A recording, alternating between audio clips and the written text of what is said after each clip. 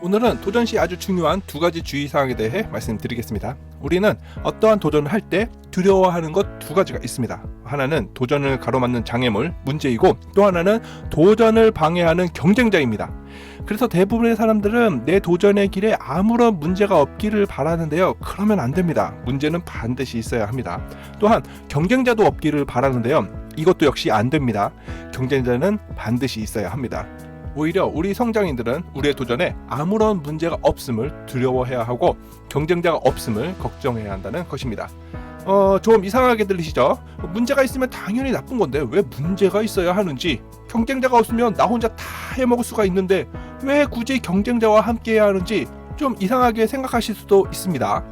그럼 지금부터 문제가 없는 것을 왜 걱정해야 하는지 그 이유에 대해 먼저 말씀드리겠습니다. 책상 위에 오래 앉아 있는다고 성장할까요? 아닙니다. 열심히 오래 일을 하면 저절로 자기 개발이 된다고 생각하시나요? 아니죠. 당연히 아닙니다. 할 수 있는 일은 아무리 열심히 오래 해봐야 성장이 안 됩니다. 그건 성장이 아니라 숙련도가 올라가는 것이죠. 숙련도가 올라가서 일이 편해지고 빨라지는 결과가 나오는 것이지, 이건 성장이 아닙니다. 성장은 내가 못하는 것, 즉 내가 가진 문제, 내 앞에 놓인 장애물을 해결하고 극복했을 때 성장하는 것입니다. 원래는 못했는데 학습과 연습의 수련 과정을 거쳐 새로운 일을 해냈을 때 그것을 성장했다고 말하는 것입니다. 따라서 나에게 아무런 문제가 없다는 것은 성장의 실마리조차도 없다는 것이기 때문에 우리 성장인들은 오히려 아무런 문제가 없음을 두려워해야 하는 것입니다. 오래 일하니까 점점 일이 편해지고 쉬워지고 이렇게 편해지는 게 내가 성장해서 그런 거라고 생각하시는 분들도 있긴 합니다. 성장의 기준은 개인마다 조금씩 다를 수 있으니까 편해지는 것도 성장이라고 주장하신다면 굳이 반박하지는 않겠습니다. 하지만 혹시 지금 내가 편한 것이 내리막길을 내려가고 있어서 편한 것은 아닌지, 내 인생이 지금 아래로 향하고 있어서 편한 것은 아닌지 한번 생각해 보시면 좋겠습니다. 또한 나에게 생긴 문제는 내 뒤를 따라오는 후발주자에게도 똑같이 문제가 됩니다. 내가 이 자리에 올라오기까지 10개의 문제나 장애물을 해결했다면 후발주자도 역시 이 10개의 문제나 장애물을 해결해야 내 자리까지 올 수 있다는 것입니다. 따라서 이 문제가 나와 후발주자의 차이를 말해주는 기준점이라 할 수 있습니다. 만약 여러분이 아무런 문제 없이 지금의 자리까지 올라온 것이라면 후발주자도 여러분의 자리까지 거침없이 올라와 여러분의 생존을 빠르게 위협할 것입니다. 이것이 나의 도전에 아무런 문제가 없음을 두려워해야 하는 이유입니다. 이어서 두 번째, 경쟁자가 없는 것, 그리고 경쟁자가 사라지는 것을 걱정해야 하는 이유에 대해 말씀드리겠습니다. 경쟁자가 없으면 좋겠다. 나 혼자 다 해먹으면 좋겠다. 보통 이렇게 생각하시는 것이 일반적이죠. 근데 아시죠? 경쟁자는 없을 수가 없습니다. 일시적으로 잠시 동안 경쟁자가 없을 수는 있지만 시장 논리상 시장이 크면 경쟁자가 많을 것이고, 시장이 작으면 그만큼 경쟁자는 적을지는 몰라도 어느 시장이든 경쟁자는 무조건 함께 할 수밖에 없습니다. 따라서 경쟁자가 점점 줄어들고 있다는 것은 시장이 점점 작아지고 있다는 뜻입니다. 예를 들어 점점 낮아지는 공무원 시험 경쟁률은 그만큼 공무원 취업 시장이 안 좋기 때문에 나타나는 결과이고, 경쟁 업체들이 점점 사라지고 있는 것은 그 업종의 소비 시장이 점점 줄어들고 있다는 뜻입니다.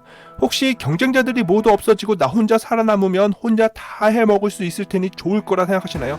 아니요, 그럴 일은 없습니다. 모든 경쟁자들이 사라졌다는 것은 시장이 죽었다는 뜻입니다.